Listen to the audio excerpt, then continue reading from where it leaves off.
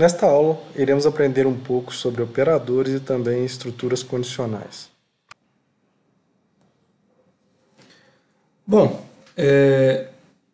sobre os operadores, pessoal, essa parte eu acredito que já tenha sido bem definida na disciplina de algoritmos, mas é bom a gente lembrar alguns aspectos básicos, né? O C++ ele suporta alguns operadores aritméticos básicos, como operador de adição, de subtração, divisão, multiplicação e resto, né? Esses 4 básicos não necessitam de uma explicação mais aprofundada, de resto, basta a gente lembrar que ele é o que fornece o resto da divisão de um número pelo outro, ok? Então, ele é dado pelo sinal de porcentagem. Vale ressaltar que eu não estou fazendo exemplos aqui de programação, porque essa matéria é bem básica, apenas uma revisão, tá certo? À medida que o curso for avançando, eu vou mais vezes ao editor, a gente vai fazer alguns programas e exemplos, tá certo? Bom, sobre os condicionais, pessoal, o condicional mais conhecido é o condicional if-else. Esses condicionais, como mostrado aqui nessa figura ao lado, eles servem para redirecionar o fluxo de execução do nosso programa de acordo com determinada condição. Então, se o fluxo do meu programa segue em determinado sentido e eu encontro uma condicional, eu posso decidir se o meu programa vai executar uma determinada parte do meu código ou se ele vai executar uma outra parte do meu código. Então, permite que eu defina se eu executarei uma instrução ou outra. Tá legal? É importante ressaltar que aqui no comando if, essa condição deve ser uma operação booleana, ele deve resultar num número booleano, verdadeiro ou falso. E aqui essa condição ela pode ser uma variável booleana ou a gente pode utilizar os operadores lógicos, que seriam maior que, menor que, igual a, diferente, maior ou igual, e ainda os operadores AND ou OR, tá certo? Vale então destacar que a sintaxe do condicional if, ele precisa aqui de uma expressão booleana na sua condição, então não é um valor, ok? E, diferentemente do if, a gente tem o switch case, onde deseja também redirecionar o fluxo de execução, mas dessa vez a gente está avaliando o valor de uma variável e não mais uma expressão booleana.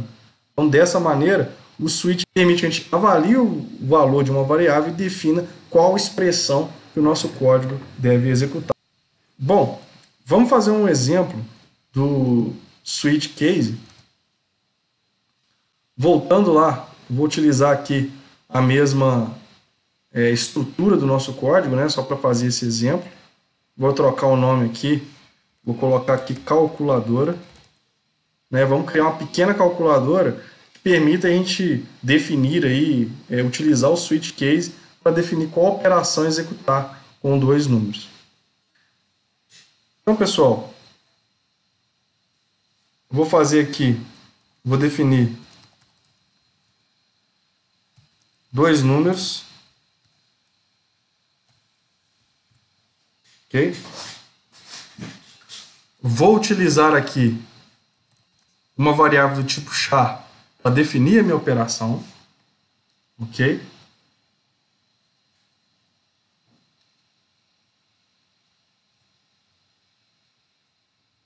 E vamos fazer uma pequena interface com o usuário para definir qual tipo de operação e quais são os operandos. Utilizar aqui o cout, como eu já tinha explicado, pedindo ao usuário para digitar um número.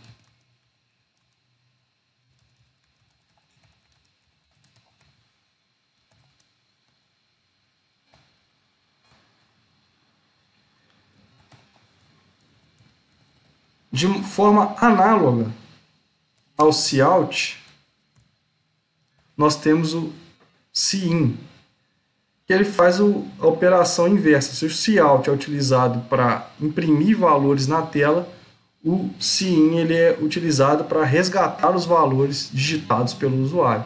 Então, dessa maneira, nós utilizaremos o cin para que o usuário digite, que o valor digitado do usuário seja armazenado na variável número 1. Então, note que aqui ele já vai fazer a conversão do valor digitado pelo usuário para um número inteiro, uma vez que a variável int, que a variável número 1 é um inteiro.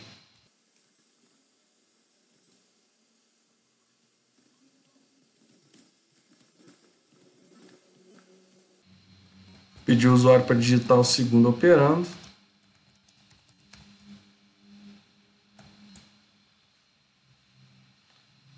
E finalmente,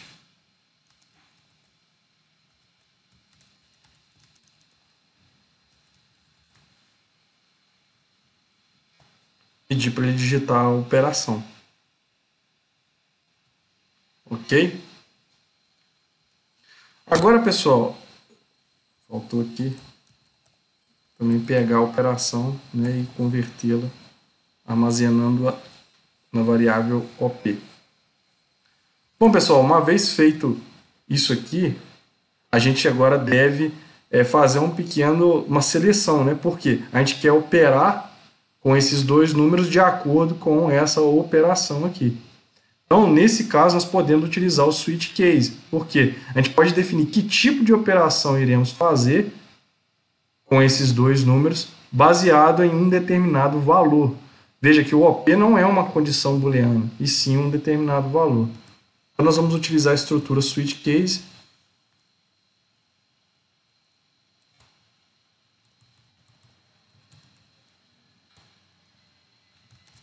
Nós vamos utilizar aqui o switch case com o operando.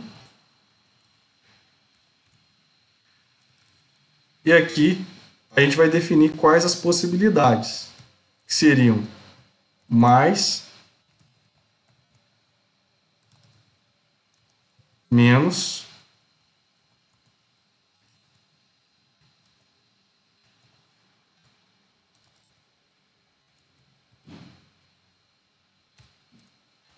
multiplicação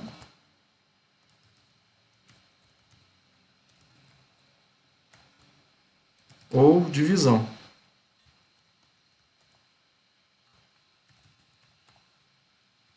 Tá certo, pessoal?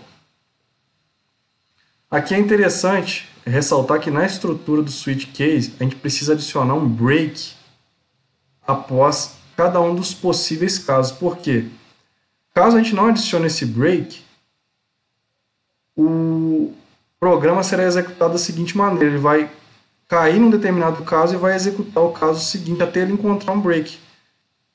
O C++ ele permite que as operações sejam cascateadas. Isso é interessante, como por exemplo, imagina que eu quero aqui que eu queira fazer uma operação, por exemplo, se o usuário digitar mais ou menos, ele vai executar uma mesma instrução. Eu vou colocar aqui. Então, dessa maneira, a gente consegue selecionar uma mesma instrução para mais de um caminho. Okay? Mas colocando o break, ele vai executar somente aquele caso específico. Tá certo?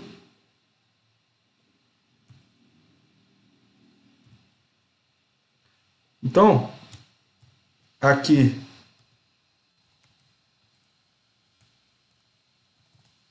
se for mais, a gente vai ter o resultado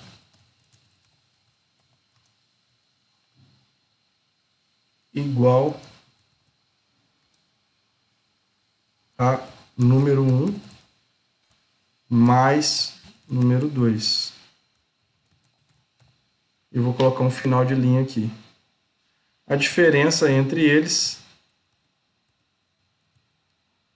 vai ser justamente a operação.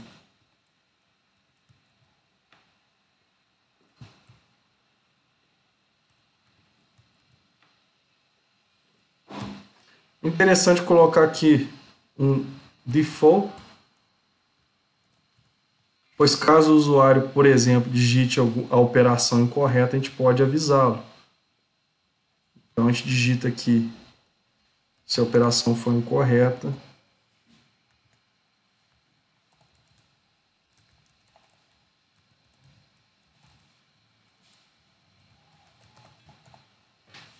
Digita operação inválida. Ok, pessoal? Então isso é uma calculadora simples, um programa simples que permite que o usuário digite 2 números e a gente faz a seleção da operação usando o switch case. Beleza? Vamos utilizar o nosso comando build.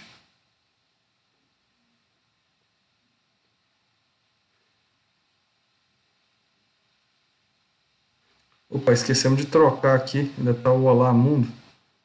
Tenho que salvar o JSON aqui e rodar de novo.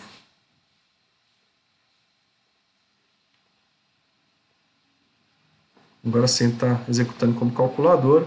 Compilou sem problemas. Apareceu aqui o exe. A gente pode agora executar o nosso terminal. Calculadora. Digite o primeiro operando, 10, o segundo, 20, uma operação, mais. Resultado 30. Veja, pessoal, que aqui houve um caractere incorreto. O que acontece? O C++, ele, por padrão, né, ele não consegue lidar com os caracteres especiais. Dá para a gente mudar aqui o setup do terminal para que possamos operar com os caracteres especiais. Eu não vou fazer isso nesse momento, só para não ficar tão ruim aqui, eu vou trocar tirar os caracteres especiais da operação e vou compilar novamente.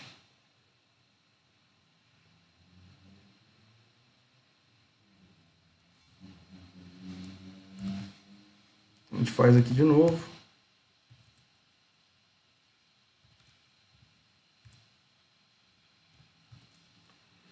Resultado 3. Ok? Faltou o ponto aqui ainda.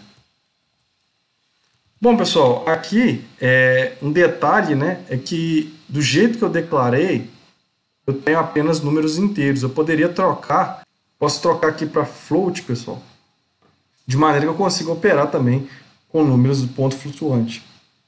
Então, se a gente compilar novamente o nosso programa, se a gente executar aqui o programa, só para título de exemplo, e a gente rodar, por exemplo, 15 e o segundo operando, por exemplo, 14, a operação dividido vai dar 1, né?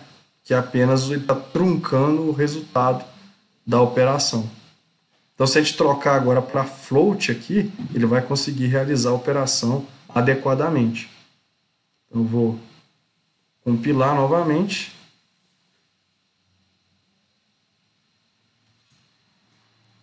E executar a calculadora, 15, 14, dividido. E aí sim a gente tem agora um ponto flutuante aqui como resultado. Beleza, pessoal? Então esse é apenas um exemplo bem simples de como funciona o switch case, né? Acredito que isso aqui também vocês já conhecem aí do algoritmo. A diferença principal para o if é que aqui é um valor e não um número.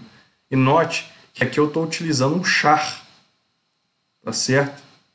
Apenas para título de exemplo, a gente poderia trocar esse valor aqui, ó, que está entre aspas simples mais, pelo valor correspondente na tabela ASCII.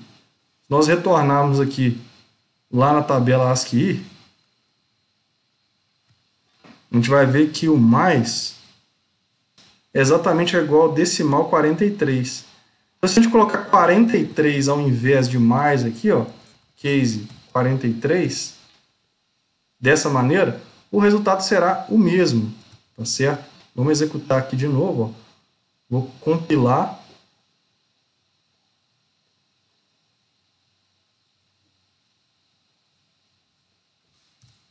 E a gente pode executar o programa. Eu vou executar uma soma agora, por exemplo, 1.200 mais 800. Resultado 2.000. Ele entendeu aqui o 43 como mais, né? Então veja que a tabela aqui é uma tradução direta, tá certo? Beleza?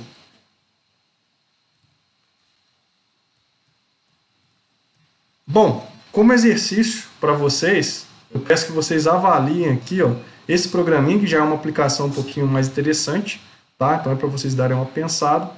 Quero que vocês criem um programa para calcular o índice de massa corporal e julgar a condição da pessoa. Então o programa a pessoa vai ter que digitar o peso da mesma maneira que a gente fez com a calculadora, o peso e a altura. Você vai calcular aqui o índice de massa corporal de acordo com essa fórmula, tá certo? Eu tirei lá do site do Ministério da Saúde. E aí você vai classificar, né, se esse índice, se a pessoa, né, ela está com peso normal, abaixo ou acima do peso. Legal? Obrigado por assistirem o vídeo e até a próxima aula.